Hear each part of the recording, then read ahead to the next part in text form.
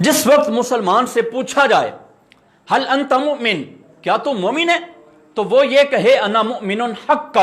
جی ہاں میں سچا مومن ہوں، میں ہر صورت کے اندر مومن ہوں، ایمان لا چکا ہوں، اس وقت یہ نہ کہے انا مؤمن انشاء اللہ کہ اگر اللہ نے چاہا تو میں مومن ہوں گا، یہ نہیں کہنا چاہیے اس صورت کے اندر۔ تو فرمایا ہر لحاظ سے یہ کہہ دیا جائے انا مؤمن حقا کہ میں سچا مومن ہوں۔ ہر طرح سے اللہ رب العزت وحدہ لا شریک نے شانیں، عظمتیں، رفعتیں عطا فرمائی ہیں، تو فرمایا کہ یہ کہہ دے انا مؤمن حقا، اس وقت انا مؤمن انشاء اللہ یہ کہنا درست نہیں ہے، جس طرح کے علم کلام کے اندر علماء کرام نے اس کی پوری طرح سے وضاحت اور تصریحات فرما دی۔ شرح عقائد نصفیہ کے اندر بھی علماء کرام کے یہاں پہ تصریحات وغیرہ موجود ہیں۔ تو اب فرمایا کہ فلما اسلما، جب ان دونوں نے اپنی گردنوں کو جھکا دیا اللہ رب العزت کے حکم کے مطابق، اور پھر فرمایا کہ وَتَلَّهُ لِلْجَبِينَ، حضرت جناب ابراہیم علیہ السلام نے ان کے چہرہ کو، پیشانی کو زمین کے اوپر رکھ دیا۔ یہ حضرت جناب سیدنا اسماعیل علیہ السلام آپ نے خود اپنے والد محترم سے یہ عرض کیا تھا، یہ معاملہ کہ اے ابا جان، آپ میری پیشانی کو، میرے چہرے کو ذرا زمین کی طرف مائل کر کے رکھیے گا۔ وجہ کیا ہے؟ فرمایا فلما اسلما، کہ جس وقت ان دونوں نے اپنی گردنوں کو جھکا لیا، اللہ رب العزت کے حکم کے اوپر عمل کرنے کا ارادہ فرما لیا، تو فرمایا وَتَلَّهُ، کہ انہوں نے آپ کی پیشانی کو زمین کی طرف مائل کر دیا، وَدَعَ وَجْهَهُ لِلْأَرْضِ، آپ کے چہرہ کو زمین کی طرف کر دیا۔ تو جب ذبح کرنے لگے حضرت اسماعیل علیہ السلام نے عرض کیا لا تذبحنی وانت تنظر، اے ابا حضور آپ مجھے اس حالت کے اندر ذبح نہ فرمائیں کہ آپ مجھے دیکھ رہے ہوں، عسى ان ترحمنی فلا تجهز علی، اے ابا حضور قریب ہے کہ وقت آ جائے کہ جب آپ مجھے دیکھ رہے ہوں اور آپ کو مجھ پہ رحم آ جائے، اس طور پہ کہ میں آپ کا بیٹا لختے جگر ہوں، اس لحاظ سے آپ کو مجھ پہ رحم آ جائے اور جو آپ نے ارادہ کیا ہے وہ آپ اپنا ارادہ مکمل نہ کر سکیں، پورا نہ کر سکیں، لہٰذا میری پیشانی کو آسمان کی طرف نہیں بلکہ زمین کی طرف کر دیں تاکہ آپ مجھے نہ دیکھ سکیں۔ وَأَنَا أَجْزِيَ، اور میں ذرا تڑپ جاؤں، فَأَنْكِسَ، اور میں ذرا مڑ جاؤں، فَمْتَنِعُ مِنْكَ، اور میں آپ کو منع کر دوں اپنے آپ کو ذبح کرنے سے۔ اے ابا حضور آپ میرے چہرے کو زمین کی طرف کر دیں۔ پھر ساتھ ارشاد فرمایا وَلَكِنْ أَرْبِطْ يَدِي إِلَىٰ رَقَبَتِي، آپ میرے ہاتھوں کو بھی ذرا باندھ دیں تاکہ آسانی ہو جائے کہ جب میں تڑپوں یا ذرا جس وقت وہ چھری حلق کے اوپر چلے، مجھے ذبح کیا جا رہا ہو اور اس وقت میں گھبراہٹ کا شکار نہ ہو جاؤں۔ ثم دع وجہی الی الارض، پھر میرے چہرہ کو زمین کی طرف کر دیں۔ فلما ادخل یدہ لیذبحہ،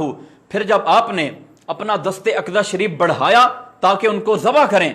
فلم تصل المدیہ حتی نودیہ، ابھی آپ نے چھری کو چلایا نہیں ہے تو فرمایا حتیٰ کہ ندا کی گئی، آپ کو پکارا گیا۔ کس اعتبار سے؟ اللہ رب العزت نے فرمایا وَنَادَيْنَاهُ، ہم نے ان کو پکارا، اَن یا ابراہیم، اے ابراہیم علیہ السلام، یعنی اللہ رب العزت وحدہ لا شریک نے ان کو اس طریقہ کار سے فرما دیا، ندا فرمائی رب تعالی وحدہ لا شریک نے۔ تو کیا فرمایا ندا فرمانے کے بعد؟ فرمایا قد صدقت الرؤیا، آپ نے اپنے وعدہ کو سچا کر دیا۔ گویا کہ یہاں پہ یہ پتا چلا کہ آپ کا عمل شریف یہ ذبح کا ابھی نہیں ہوا، آپ کی نیت اور ارادہ کے اوپر ہی رب ذوالجلال وحدہ لا شریک نے فرمایا قد صدقت الرؤیا، آپ نے اپنے وعدہ کو پورا کر دکھایا، آپ کا وعدہ سچا ہوا۔ فَأَمْسِكْ يَدَهُ، اب آپ اپنے دست اقدس شریف کو روک لیں، اب آپ ذبح نہ فرمائیں۔ پھر کیا ہوا؟ جب یہ فرما دیا تو پھر ارشاد فرمایا آپ نے اپنا وعدہ پورا فرما لیا، اب آپ کے بیٹے کو ذبح نہ کیا جائے گا۔ اِنَّا كَذَلِكَ نَجْزِي الْمُحْسِنِينَ، جو بھی پرہیزگار ہوتے ہیں، جو بھی نیک لوگ ہوتے ہیں، جو اللہ کے برگزیدہ بندے ہوتے ہیں، جو صالحین ہوتے ہیں، جو رب ذوالجلال کے قرب خاص کے اندر ہوتے ہیں، رب تعالیٰ فرماتا ہے محسنین کو، نیکوکاروں کو، نیک لوگوں کو ہم اسی طرح سے جزا دیتے ہیں، اچھا صلہ، اچھا بدلہ دیتے ہیں، انہیں نعم البدل عطا فرما دیتے ہیں۔ اب فرمایا ان ھذا لہو البلاء المبین، اللہ رب العزت نے فرمایا یہ واضح آزمائش تھی، بڑی آزمائش، کھلم کھلی آزمائش تھی آپ کی ذات پاک کے اوپر، اور آپ اپنے امتحان کے اندر کامیاب ہوئے ہر اعتبار سے۔ یہ حضرت جناب سیدنا ابراہیم علیہ الصلوۃ والسلام نے اللہ رب العزت کے راستے کے اندر کئی طرح کی تکالیف، مصائب اور آلام کو برداشت کیا۔ بچپن کے اندر اپنی بیوی محترمہ حضرت جناب سیدہ ہاجرہ رضی اللہ تعالی عنہا، ان کو آپ لے گئے، اور حضرت جناب سیدنا اسماعیل علیہ الصلوۃ والسلام جب ابھی بچے ہیں، دونوں ماں بیٹے کو آپ لے کے عرب شریف کے اندر چھوڑ آئے۔ یہ بھی امتحان تھا، یہ بھی آزمائش ہے کہ چھوٹا سا بچہ جو جگر کا ٹکڑا ہے، اس کو آپ چھوڑ کے ایسی زمین کے اوپر جو بے آب و گیا ہے، جہاں پہ نہ پانی، نہ گھاس، نہ کچھ کھانے کو، نہ پینے کو، آپ اس لمحے، اس وقت میں اپنے بیٹے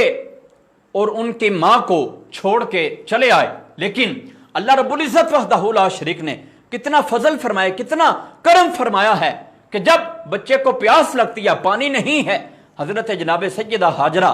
رضی اللہ تعالی عنہا بچے کے لیے دوڑتی ہیں ادھر ادھر پانی کی تلاش میں۔ آج ان کے عمل کو اللہ رب العزت وحدہ لا شریک نے حاجیوں کے لیے، عمرہ کرنے والوں کے لیے ضروری قرار دے دیا ہے، ان کے نقش قدم کے اوپر چلنا، حتیٰ کہ جو بندہ اس چیز کے اوپر عمل نہ کرے، وہ بندہ اس نے سنت کو نہ پایا، اس نے طریقہ کار کو نہ پایا، اس کا وجوب کا درجہ رہ گیا۔ تو فرمایا کہ یہ عمل کرنا ضروری ہے، لازمی ہے۔ یہ ہی وجہ ہے کہ دین اسلام یہ نام ہے بزرگان دین کی یادوں کا، اللہ رب العزت کے پیاروں کی یادوں کا، ان کے تذکروں کا۔ ان کا تذکرہ جب کیا جائے دلوں کو چین مل جاتا ہے،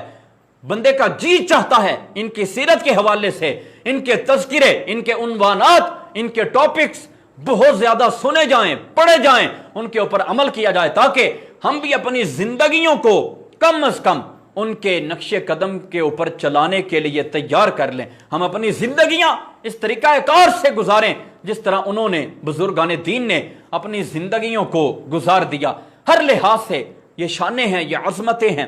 تو حضرت جناب اسماعیل علیہ السلام نے پیاس کے وقت اپنی ایڑی مبارک کو زمین کے اوپر مارا، جب زمین کے ساتھ ایڑی نے، قدم شریف نے رگڑ کھائی، اللہ رب العزت نے وہاں سے زمزم کا چشمہ جاری فرما دیا۔ جب وہ چشمہ جاری ہوا، اس کو زمزم اس لیے کہا جاتا ہے کہ حضرت جناب سیدہ ہاجرہ رضی اللہ تعالی عنہ اس پانی کو روکنے کے لیے کہ یہ چشمہ، یہ کنواں جو ابل پڑا ہے، پھوٹ پڑا ہے، یہ یہاں پہ ہی رہ جائے، بہت زیادہ آگے نہ پھیل جائے، آپ پانی کو روکنے کے لیے کبھی مٹی اس کے اوپر ڈالتی، مختلف آپ نے تجربے کیے، ہیلوں کے ساتھ اس کو روکنا چاہا، تو ساتھ ساتھ جب آپ پانی کو روکنا چاہتی تھی تو پانی کو حکم دیتی تھی زم زم، ٹھہر جا، رک جا۔ اس وجہ سے اس پانی کو زم زم کہا جاتا ہے۔ حضرت جناب ابراہیم علیہ السلام خود جب آپ کی پیدائش ہوئی تو اس وقت نمرود کی طرف سے حکم تھا کہ بچوں کو ذبح کر دیا جائے، قتل کر دیا جائے، تو آپ کی والدہ محترمہ آپ کو ایک پر اسرار جگہ کے اوپر چھوڑ کے آ گئیں، جہاں پہ رب ذوالجلال کی حفاظت کے اندر آپ رہے۔ آپ کو نمرود کے دور حکومت کے اندر ہی جب آپ نے نمرود کے ساتھ مناظرے کیے، گفتگو کی، بات چیت کی، اسے توحید الہی کا پیام دیا، اللہ رب العزت وحدہ لا شریک کی توحید کی طرف لانا چاہا، تو اس وقت اس نے آپ کے ساتھ مقابلہ کرنے کا ارادہ کیا، آپ کے خلاف پروپیگنڈے کیے گئے، طرح طرح کے ہیلے سازشیں کر کے آپ کو روکنا چاہا، لیکن اللہ کا نبی ہوتا ہے کہ جو تمام مصائب برداشت کر کے اپنی ذات پاک، حتیٰ کہ اپنے جسم کے خون کا ایک ایک قطرہ وہ بھی اللہ رب العزت کے راستے کے اندر بہانا تو پسند فرماتا ہے، لیکن اللہ پاک کے راستے کے اندر سچائی اور حقانیت کے راستے سے پیچھے ہٹنا، یہ اللہ کا پاک نبی وہ گوارا نہیں کرتا۔ اور یہ تو جناب خلیل اللہ علیہ السلام ہیں، آپ کو آگ کے اندر ڈالا گیا، وہ بھی آپ نے صبر کیا۔ گویا کہ کئی طرح کے مصائب، امتحانات آپ کی ذات کے اوپر آئے، لیکن اللہ پاک کے راستے کے اندر آپ بڑی محبت کے ساتھ اور بڑی عقیدت کے ساتھ ان تمام چیزوں کو برداشت کر گئے۔ یہی وجہ ہے آپ کو رتبہ ملا خلیل اللہ۔ اللہ کا خلیل ہونا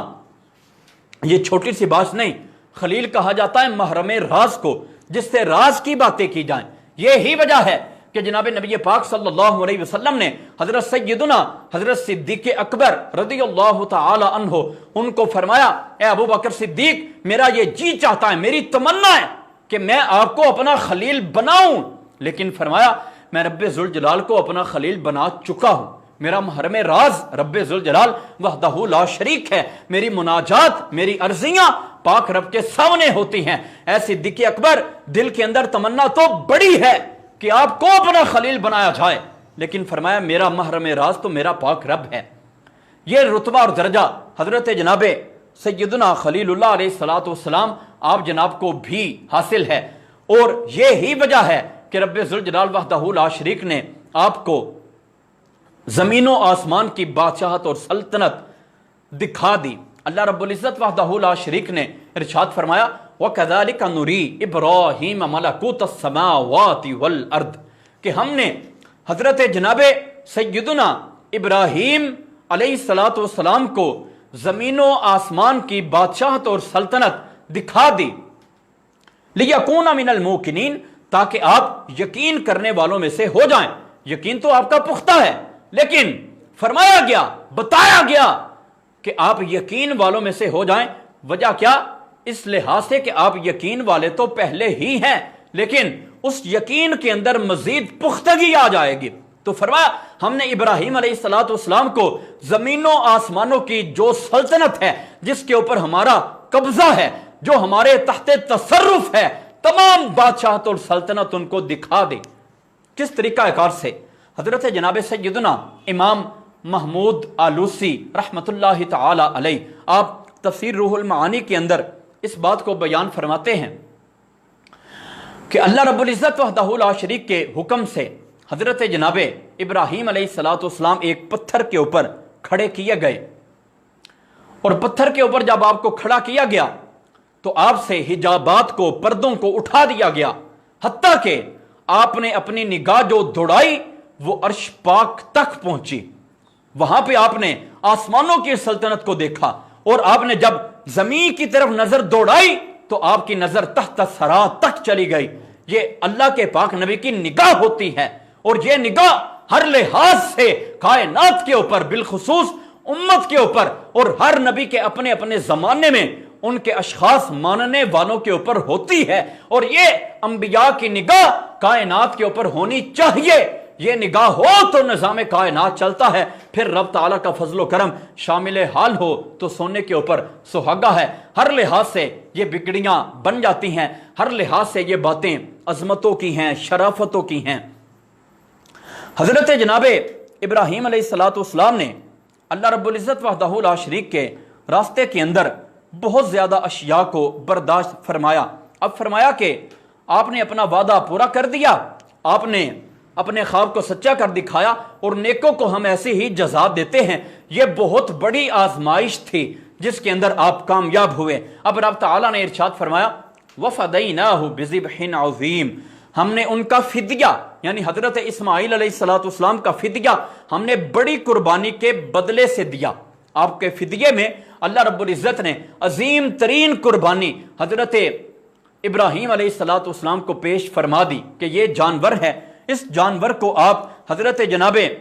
اسماعیل علیہ السلام کے فدیہ میں، بدلہ میں قربان فرما دیں۔ تو فرمایا کہ جس وقت اللہ پاک نے حکم دیا فَأَمْسِكْ يَدَ، اے جناب ابراہیم آپ نے اپنا وعدہ پورا کر دیا، اب آپ اپنے ہاتھ شریف کو، دست اقدس مبارک کو روک لیں۔ تو فرمایا ورفع رأسہ، آپ نے اپنا سر مبارک اٹھایا، آسمانوں کی طرف دیکھا تو کیا آپ نے دیکھا؟ فرع الکبشہ، آپ نے ایک بکرے کو، مینڈے کو دیکھا، ینحت الیہ، جو آپ کی طرف اترتا ہے، اتارا جا رہا ہے اللہ پاک کے حکم سے، اسے لایا جا رہا ہے، حتی وقع علیہ، یہاں تک کہ وہ مینڈا آپ کے پاس آ گیا، فذبحہ، تو آپ نے اسے ذبح فرما دیا۔ یہ شان و عظمت اللہ کے پاک انبیاء کرام علیہم الصلوات و تسلیمات ان کی ہوتی ہے، اور رب تعالیٰ یہ شانیں اور یہ عظمتیں انہیں عطا فرماتا ہے۔ اللہ رب العزت وحدہ لا شریک نے جب یہ فرمایا کہ بہت بڑی یہ قربانی ہے اور آپ اس معاملہ کے اندر سچائی کو پہنچے، ہر لحاظ سے آپ کی شان و عظمت وراء الورا ہے، ہر طرح سے یہ معاملہ رب ذوالجلال وحدہ لا شریک نے بتا دیا، سکھا دیا، سمجھا دیا۔ اب پھر ارشاد فرمایا کہ ہم نے ان کا یہ فدیہ دے دیا، تو پھر فرمایا وَتَرَكْنَا عَلَيْهِ فِي الْآخِرِينَ، ہم نے حضرت ابراہیم علیہ السلام کے چرچے، ان کا ذکر پاک آخر آنے والے لوگوں میں باقی رکھا ہے۔ ان کے ذکر پاک، ان کا نام پاک، ان کے تذکرے، ان کے چرچے یہ لوگوں کے اندر زندہ ہیں۔ تو فرمایا سلام علی ابراہیم، اب حضرت ابراہیم علیہ السلام کی ذات پاک کے اوپر سلامتی ہو۔ کذالک نجزی المحسنین، ہم نیکوں کو اسی طرح سے جزا دیتے ہیں۔ انہ من عبادنا المؤمنین، وہ ہمارے مسلمان لوگوں میں سے ہیں، وہ مومنوں کی جماعت میں سے ہیں، وہ بندے جنہوں نے ایمان کو قبول کر لیا ان میں سے ہیں۔ بڑی شان و عظمت حضرت جناب سیدنا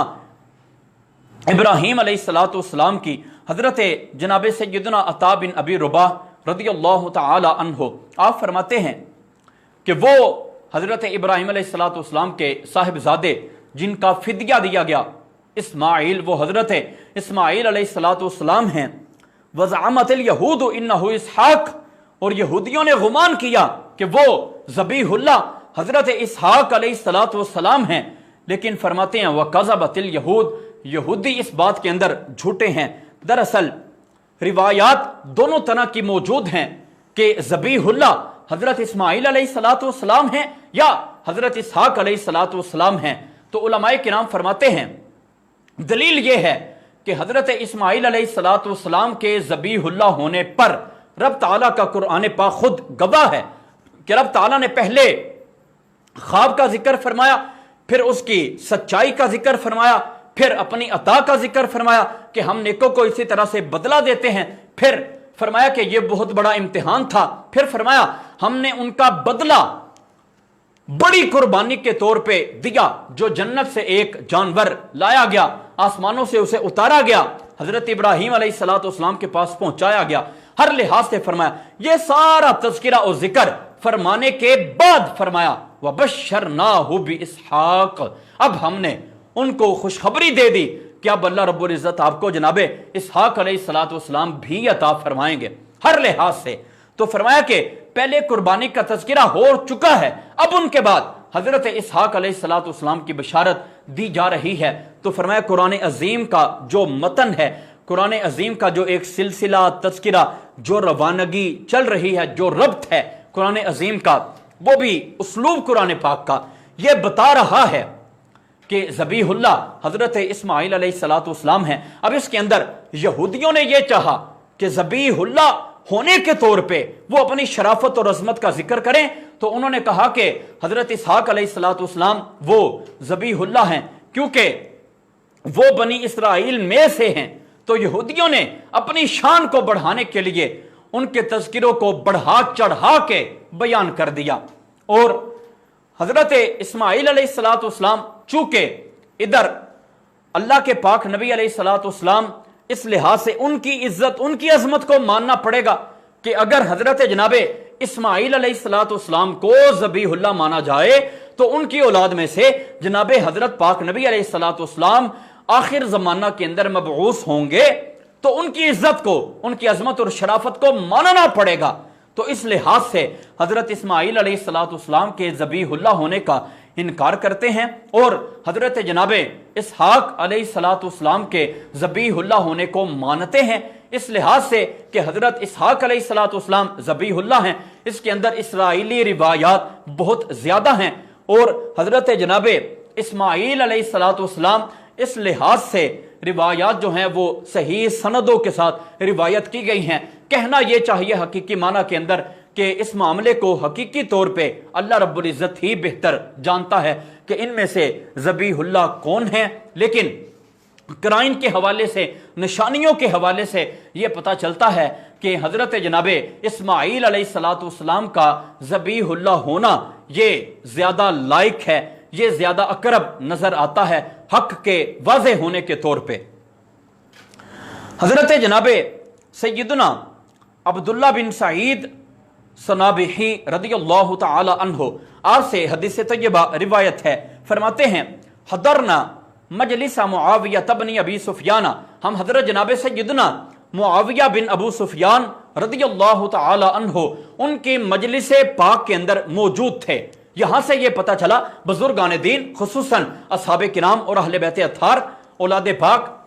تابعین، تبع تابعین، تمام بزرگان دین، اسلاف امت، ائمہ کرام، ائمہ مجتہدین، ائمہ تصوف، ائمہ طریقت و شریعت، ان بزرگوں کی محافل و مجالس کے اندر جانا چاہیے، حاضر ہونا چاہیے، وہاں سے تعلیم ملتی ہے، وہاں سے علم بندہ سیکھتا ہے، جانتا ہے اور ادب سیکھتا ہے، اور ادب یہ ضروری ہے، تمام کرینوں میں سے پہلا کرینہ یہ ادب ہے، تو یہ بزرگان دین کی مجالس سے ہی ملتا ہے۔ حضرت جناب سیدنا عبداللہ بن سعید رضی اللہ تعالی عنہ آپ فرماتے ہیں کہ ہم حضرت جناب سیدنا معاویہ بن ابی سفیان جو حضرت امیر معاویہ کے لقب سے مشہور و معروف ہیں،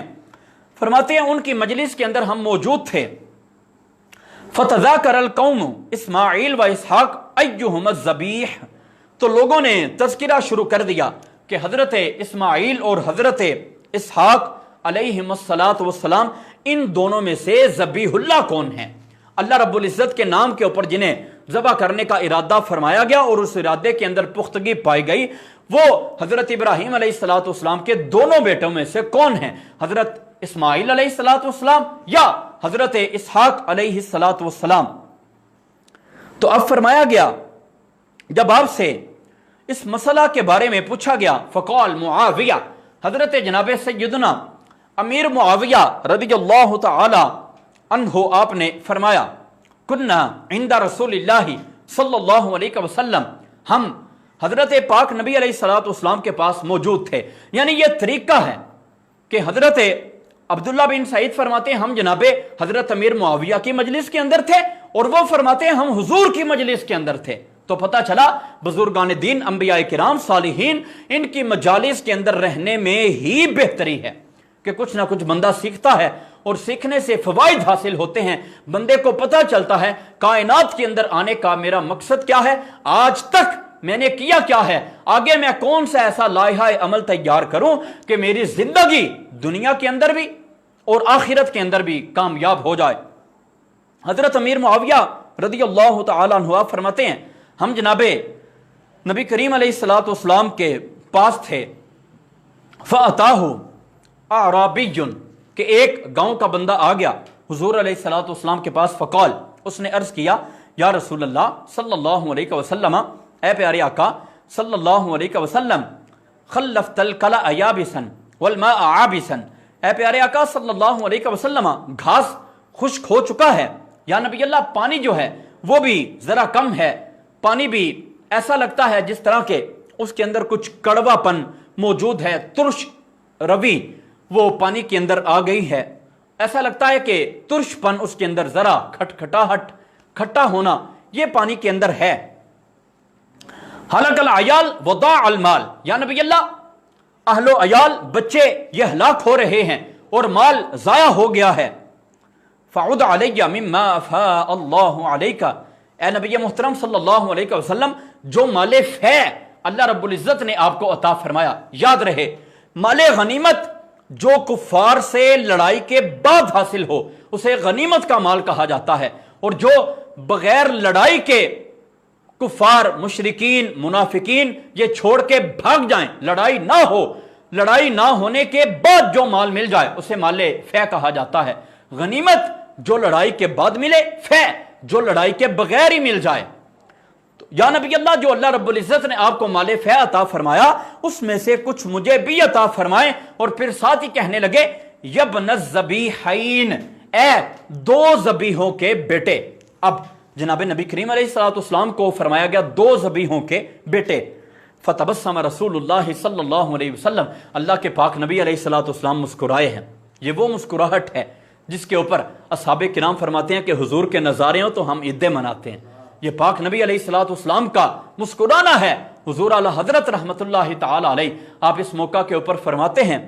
جن کی تسکین سے روتے ہوئے ہنس پڑے، جن کی تسکین سے روتے ہوئے ہنس پڑے، اس تبسم کی عادت پہ لاکھوں سلام. اللہ کے پاک نبی علیہ الصلوۃ والسلام مسکرائے ہیں. ولم ينکر علیہ، لیکن حضور نے ان کا انکار نہیں فرمایا کہ آپ مجھے دو ذبیحوں کے بیٹے ابن الذبیحین آپ کیوں کہہ رہے ہیں. یہ حضور نے انکار نہیں فرمایا. فقال القوم، اب لوگوں نے عرض کیا حضرت جناب سیدنا امیر معاویہ رضی اللہ تعالیٰ عنہ کی بارگاہ کے اندر، یہ جو دو ذبیح ہیں یہ کون ہیں؟ من الذبیحان یا امیر المؤمنین، اے مومنوں کے امیر، اے جناب سیدنا امیر معاویہ رضی اللہ تعالیٰ عنہ، یہ دو ذبیح کون ہیں؟ قال، آپ نے فرمایا ان عبد المطلب لما حفر زمزم، حضرت عبد المطلب نے جب زمزم کو کھودنا چاہا، نظر للہ، آپ نے اللہ رب العزت کے حضور یہ منت مانی، ان سہلا حفرہا، اگر اس کا کھودنا اے رب ذوالجلال تو میرے لیے آسان فرما دے، ان ینحر بعد ولدہ، تو میں اپنے بچوں میں سے کسی ایک کی قربانی کروں گا. یہ جناب نبی کریم علیہ الصلوۃ والسلام کے دادا جان حضرت عبد المطلب یہ منت مان رہے ہیں اللہ رب العزت کے حضور، اے رب ذوالجلال وحدہ لا شریک، اگر اے خالق لم یزل، اگر تو زمزم کا کنویں کا کھودنا میرے لیے آسان بنا دے تو اے پاک پروردگار میں تیرے حضور تیری رضا کے لیے ایک بچے کی قربانی دوں گا. فلما فرغ اسہم بینہم، جب آپ فارغ ہوئے تو آپ نے قرعہ ڈالا اپنے بچوں کے درمیان. وکانوا عشرہ، اور وہ 10 بچے تھے. آپ نے قرعہ ڈالا کہ کس کے نام کے اوپر قرعہ آتا ہے وہ 10 بچے ہیں. فخرج السہم علی عبد اللہ، وہ قرعہ حضرت عبداللہ حضور کے والد محترم کے نام کا آ گیا. فاراد ذبحہ، حضرت جناب عبد المطلب نے ان کو ذبح فرمانے کا ارادہ کیا. فمنعہ اخوالہ من بنی مخزوم، تو بنو مخزوم ایک قبیلہ ہے، وہ حضور علیہ الصلوۃ والسلام کے والد محترم حضرت عبداللہ کے ماموں لگتے ہیں رشتے کے اندر. وقالوا، انہوں نے یہ کہہ دیا اردی ربک، اے جناب عبداللہ کے والد محترم، اے جناب عبد المطلب، آپ اپنے رب کو راضی کریں. وَأَفْدِ ابْنَكَ، اور اپنے بیٹے کا کوئی فدیہ دے دیں، یعنی رب تعالیٰ کو راضی کرے کسی معاملے کے اندر اور آپ اپنے بیٹے کا فدیہ دے دیں.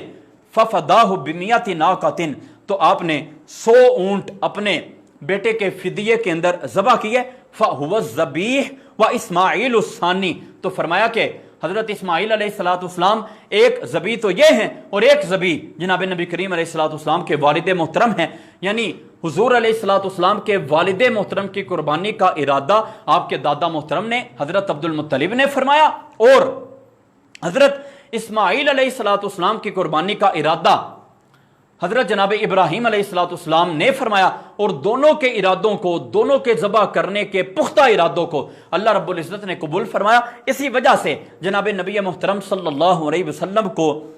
ابن الذبیحین کے 2 ذبیحوں کا بیٹا کہا گیا. اس حدیث طیبہ سے بھی معلوم ہوا، واضح ہوا کہ یہاں پہ ذبیح جو کہا گیا وہ حضرت اسماعیل علیہ الصلوۃ والسلام کو کہا گیا ہے. یہود و نصارہ وغیرہ یہ بد باطل لوگ جو ہیں، بد باطن، یہ اس طرح کے معاملات الجھا دیتے ہیں، پھیلا دیتے ہیں اس معاملہ کے اندر کہ یہ معاملہ ذبیح اللہ ان میں سے کون ہیں اللہ رب العزت کے سپرد کر دینا چاہیے. قرائن شواہدات ان سے زیادہ واضح یہ ہے کہ حضرت اسماعیل علیہ الصلوۃ والسلام آپ ہی ذبیح اللہ ہیں. اللہ رب العزت وحدہ لا شریک حضرت جناب سیدنا ابراہیم خلیل اللہ علیہ الصلوۃ والسلام اور حضرت جناب سیدنا اسماعیل علیہ الصلوۃ والسلام اور جمیع انبیاء والمرسلین علیہم الصلوات و تسلیمات کی ذاتوں کے اوپر کروڑوں رحمتوں کا تا قیام قیامت نزول فرماتا رہے، آمین۔ اور اللہ رب العزت وحدہ لا شریک آپ کی سنت طیبہ کے اوپر عمل کرتے ہوئے جو لوگ قربانی کا ارادہ رکھتے ہیں، رب تعالیٰ ان کی طرف سے قبول و منظور فرمائے، اور جن کے پاس اس دفعہ آسانی یا گنجائش نہیں ہے، آئندہ سال اللہ رب العزت ان کو بھی توفیق رفیق عنایت فرمائے، آمین۔ وما توفیقی الا باللہ۔